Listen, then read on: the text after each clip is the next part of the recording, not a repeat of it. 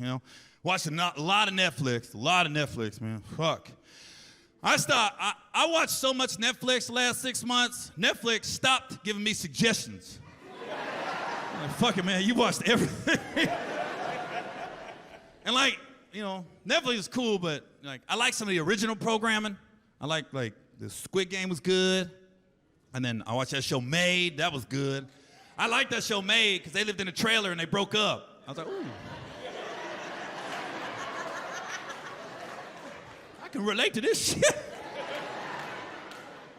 The documentaries be fucking me up on Netflix, so them documentaries, like I'd be like, where do they be finding this shit? I watched that Jeffrey Epstein, that documentary, that dude was wildin'. Even R. Kelly was like, you're doing too much, bro, slow down, seriously. Like, I took the girl to Chicago, this motherfucker got an island. I was like, levels. I watched that Aaron Hernandez documentary. Man, that dude was wildin'. That dude was killing people, sucking dick, and catching touchdowns in the same weekend. I ain't ever had a weekend that wild. He got me beat. Aaron Hernandez did 3 things in 3 days I have never done. I've never killed nobody, I've never sucked a dick, and I have never caught a touchdown. I got nothing in common with that dude. Here's my biggest issue with Netflix. I don't like it that Netflix, they don't give accurate descriptions of a lot of the programs. So you'll watch something, think you're watching, and it'll be about totally something else that you didn't see coming, like you had no business watching. Because one day I was searching through Netflix, and I saw this documentary called Abducted in Plain Sight, right? Now, some of you have seen it, some of you haven't. Well, this is what Netflix says it's about. Netflix said, see how a young family moves to Utah and their oldest daughter gets kidnapped not once, but twice by the same next door neighbor. I'm like, how the fuck's that happen? I'm gonna watch that, I turn it on. So, this is what it's really about. It's a husband, wife, 3 daughters. They moved to Utah. They moved right next door to this guy and his wife. So the next door neighbor dude takes a liking to the oldest daughter. So he ends up fucking the dad, then he kidnaps the daughter. Notice what I just said right there.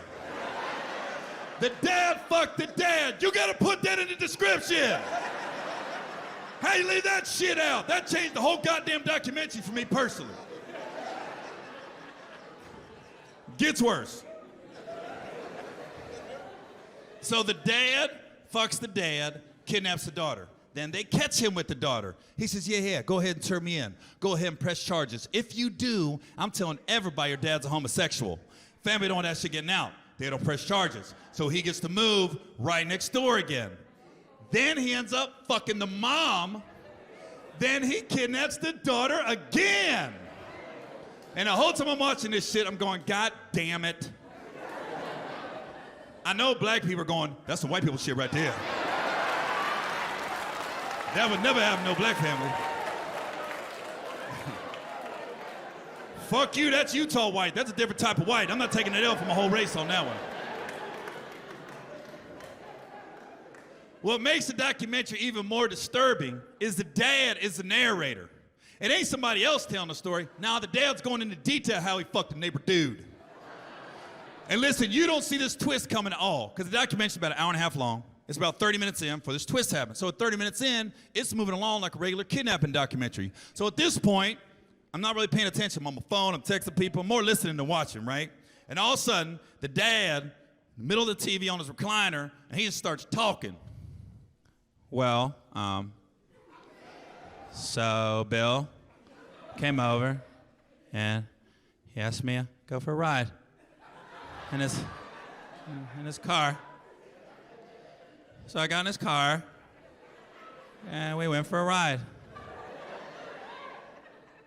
And he stopped near a park and he proceeded to tell me he's no longer happy in his marriage, and him and his wife are no longer intimate. And I looked over, and his penis was out. And he said to me, I just need a release. I just need a release. So I leaned over and I released him. And I'm on my phone like, the fuck he just say? Now I'm rewinding the shit. I can't turn it off. It's a fucking train wreck at this point. So I watched the whole goddamn documentary, and as soon as it's over, Netflix starts suggesting all this new shit for me to watch. Gary, by your viewing history, you might want to watch Brokeback Mountain. You might want to check out The Crying Game. I was like,